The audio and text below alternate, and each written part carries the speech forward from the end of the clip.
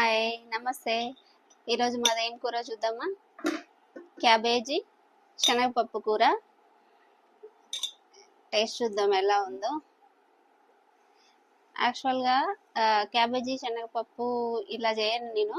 కొంచెం గింజల శనగపప్పు ఉంటుంది కదా, అట్లా చేస్తా. కాకపోతే ఇది మా ఆయన నేర్పించిండు, ఇట్లా చాలా బాగుంటుంది అని. ఒక 1 year నుండి ఇట్లా చేస్తున్నా. ఎట్లా ఉందో టేస్ట్ చూద్దాము.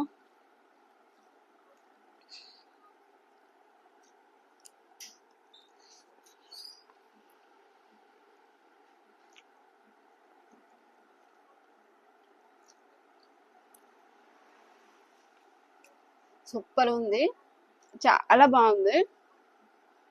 కాకపోతే ఇది తక్కువ చేస్తే ఎక్కువ చేయను, ఎందుకంటే పప్పు క్యాబేజీ 2 గ్యాసే, CO2 ప్రాబ్లం వస్తుంది అని చెప్పి అప్పుడప్పుడు చేస్తే ఎక్కువ చేయను. కానీ టేస్ట్ మాత్రం చాలా బాగుంటుంది.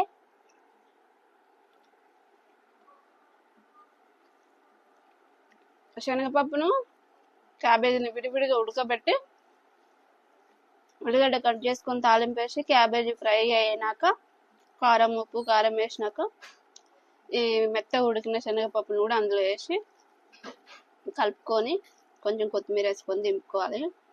ఎంత బాగుంటుంది, చాలా టేస్ట్ ఉంటుంది.